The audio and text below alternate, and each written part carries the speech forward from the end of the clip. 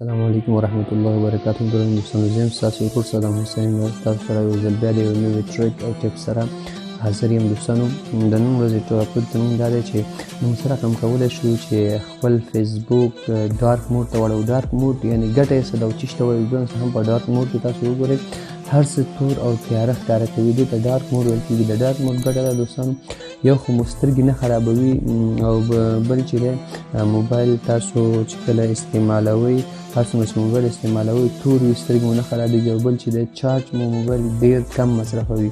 هغه څه چې دا خو په کلرس باندې حساب دی، سکرین چې څومره برایټ وي او قسم قسم رنګونه وي په سکرین باندې هلته ستاسو تلیفون چارج زیات مصرفوي. او کله چې بلیک وي سیمپل بلیک وي هلته چارج نه مصرفوي. زما واتساپ تاسو ګورئ، زما واتساپ هم چې ډارک موډ کې دی.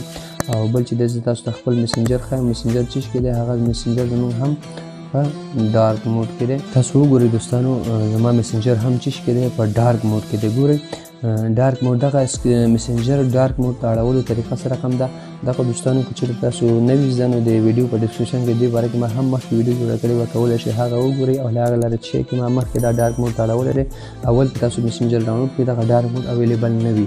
دا یو ټریک په واسطه چې کې انیبل کېږي چې بیا دا آپشن دلته راشي تاسو کولی شئ ډارک او سمپل ساده چې کې استعمال کړئ.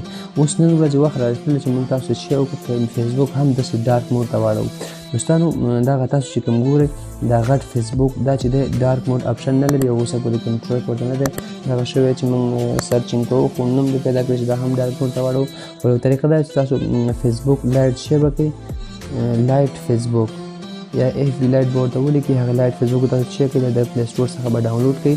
او که چېرته ډاونلوډ درسره وي نو دې نه چیک اپډیټ به کړئ. اپډیټ نه و دوستانو هغه زوړ ورژن کې دا ډارک موډ نشته، دا به چیک کړئ. بیا دې څخه تاسو اوپن کړئ.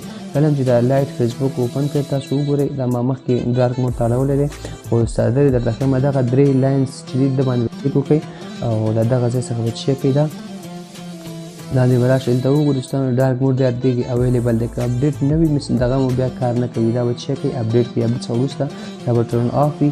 دلته به راشئ تاسو او دلته ډارک موډ ته ونیسئ، دا به چیک کړئ دې نه آن به یې کړئ. دوستانو چې هر څومره تاسو بیا چیک کوئ چې فیسبوک استعمالوئ نو دومره ستاسو سترګې به نه خرابېږي. ګورئ ډارک موډ کې دا ډېر زبردست او ښایسته هم معلومیږي. دوستانو هیله ده چې دا ویډیو ستاسو خوښ شوی وي. که ویډیو مو خوښ شوی وي نو ویډیو درسره لایک کړئ او د نورو ملګرو سره یې شیر کړئ او موږ په دعاګانو کې یاد ساتئ.